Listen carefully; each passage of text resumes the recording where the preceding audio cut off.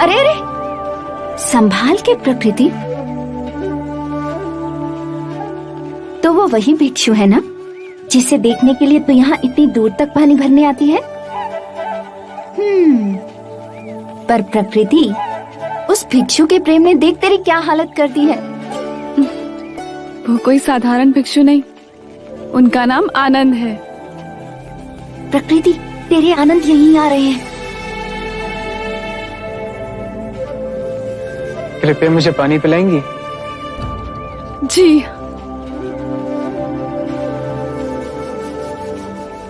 क्या हुआ, आप रुक क्यों गई? मैं नीची जाति की हूँ, मेरे हाथ का पानी अशुद्ध है। मैंने आपसे पानी मांगा, वर्ण या जाति नहीं पूछी। हम भिक्षु वर्ण का तिरस्कार करते हैं। हमारे शाक्यमुनि बुद्ध केवल मानवता और करुणा को मानते हैं। क्या ये संभव है? शाक्यमुनि का मार्ग सरल है, ना ही मंदिर और ना ही दर्शन। हमारी बुद्धि और मन ही हमारा मंदिर है और करुणा ही दर्शन।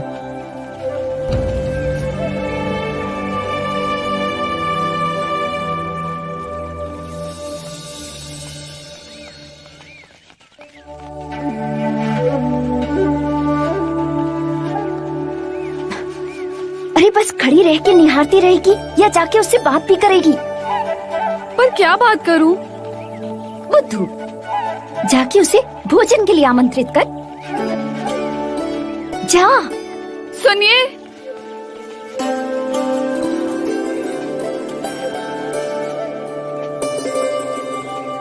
यदि आप वर्ण नहीं मानते तो क्या आप मेरे घर भोजन करने आएंगे? ठीक है, आज तुम्हारे घर से ही भिक्षा ग्रहण करूंगा।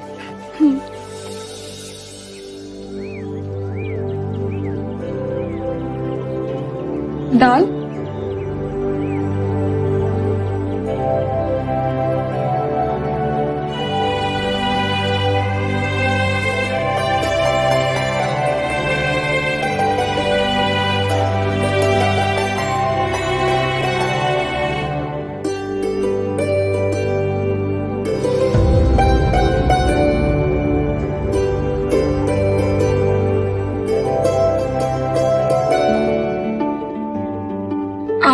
चले जाएंगे? हाँ। आपने मुक्ति के बारे में कहा, प्रेम के बारे में क्या कहेंगे? सब जीव परस्पर एक दूसरे से जुड़े हैं। भेदभाव प्रकृति ने नहीं, मानव ने बनाए हैं।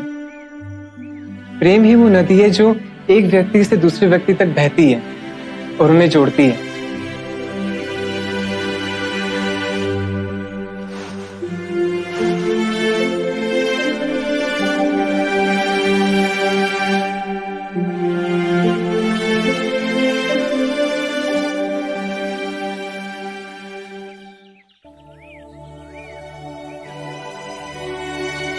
कब से देख रही हूँ, तुझे उस भिक्षु से लगाव तो नहीं हो गया ना?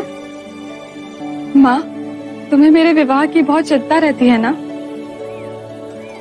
मैंने अपना वर चुन लिया है, मैं आनंद से ही विवाह करूंगी। बावरी हो गई है तू। वो भिक्षु है, उसने संसार त्याग दिया है। तो क्या हुआ, पुनः सांसारिक हो जाएंगे। ऐसा नहीं होता।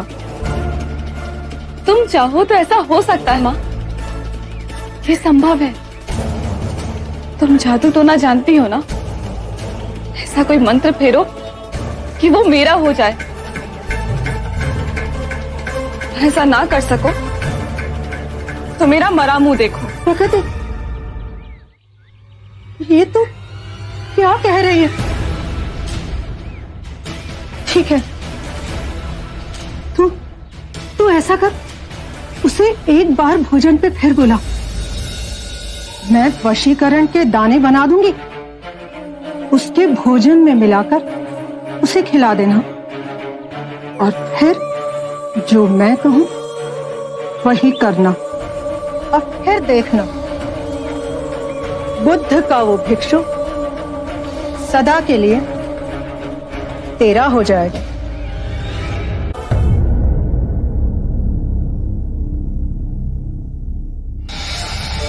मैं वशीकरण के दाने बना दूंगी, उसके भोजन में मिलाकर उसे खिला देंगे।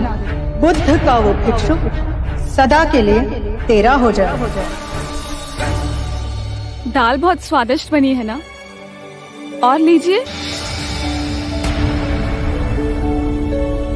अब आप इसे अपना ही घर समझिए।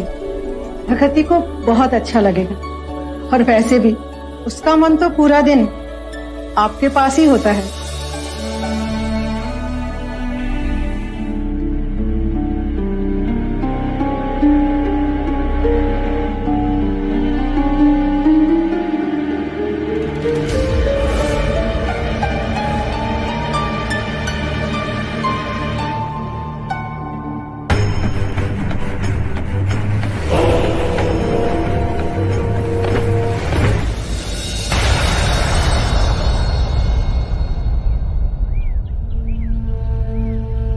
सरीपुत्र,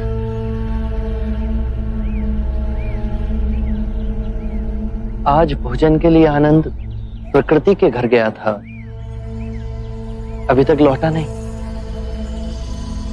नहीं आया? मैं स्वयं जाके देखता हूं।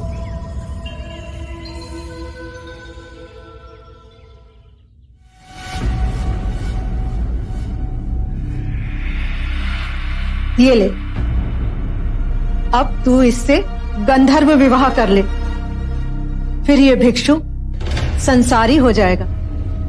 और जल्दी कर, मेरे वशीकरण के दानों का प्रभाव रहते तू ये विवाह कर ले।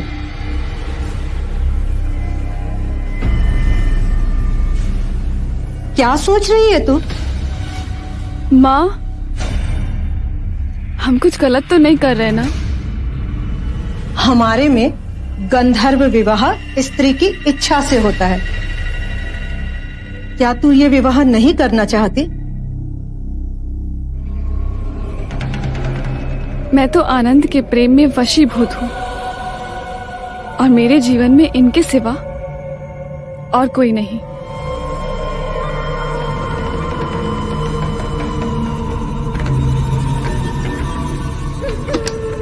मन तो दे ही दिया है, अब मेरे तन पर भी केवल आपका अधिकार है।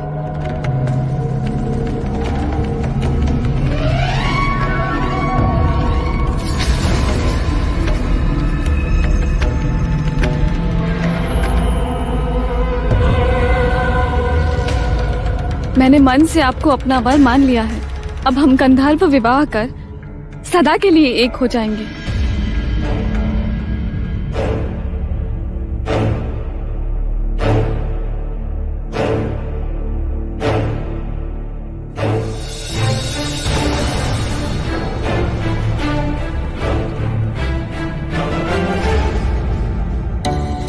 क्षण भंगुर सुख हमारी संपदा को लूट लेता है। ऐसी संपदा जिसका नाम परम शांति है। एक बार ऐसे सुख का लालच मात्र भी हमारे मन में आया तो ये जड़ पकड़ लेता है। फिर हम दुख और सुख की नदी में तिनके की तरह बहने लगते हैं। यदि ऐसा क्षण आए तो क्या करना चाहिए बुद्ध? ऐसे समय में केवल अपनी सांसों पे ध्यान धरो। धीरे धीरे अपनी सांस अंदर लो, शांति से भर जाओ और फिर धीरे धीरे अपनी सांसों को छोड़ो परम शांति से।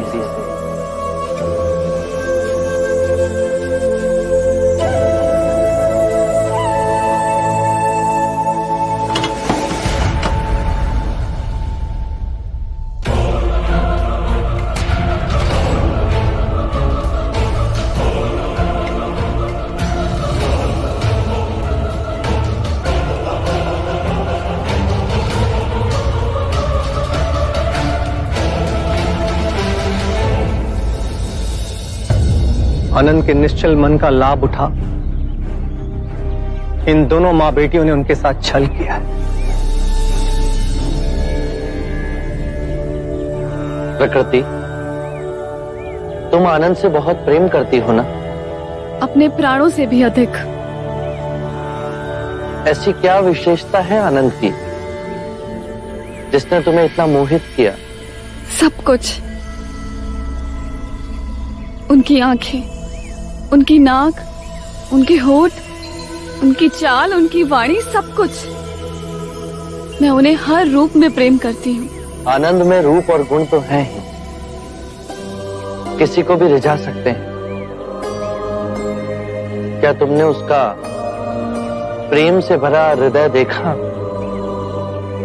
जानती हो आनंद सर्वाधिक प्रेम किससे करता है? मुझसे तो नहीं। यही तुम चूक गई। आनंद तुमसे भी प्रेम करता है, परंतु उसके प्रेम की व्याख्या वो नहीं जो तुम समझती हो। आनंद स्वतंत्र है, मुक्त है। उसका प्रेम बहुत गहरा है।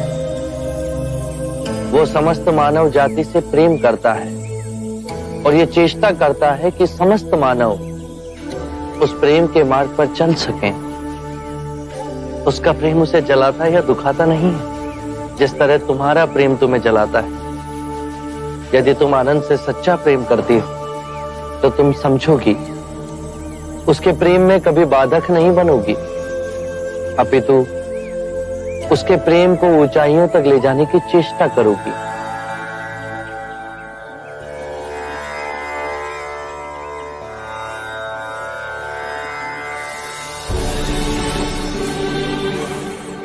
मेरा प्रेम स्वार्थी था, आनंद को अपने आप से बांधना चाहता था। क्या मैं भी भिक्षु आनंद की तरह प्रेम कर सकती हूँ? क्या आप मुझे सिखाएंगे ऐसा प्रेम जो निस्वार्थ हो, आनंद के मेघ की तरह सब पे बरसे? बुद्ध की शरण का आंचल इतना बड़ा है जिसमें मुझ जैसे गिरे लोग भी समा सकते हैं। मुझे क्षमा करें, अब से मैं भी मुक्ति के मार्ग पर चलूंगी।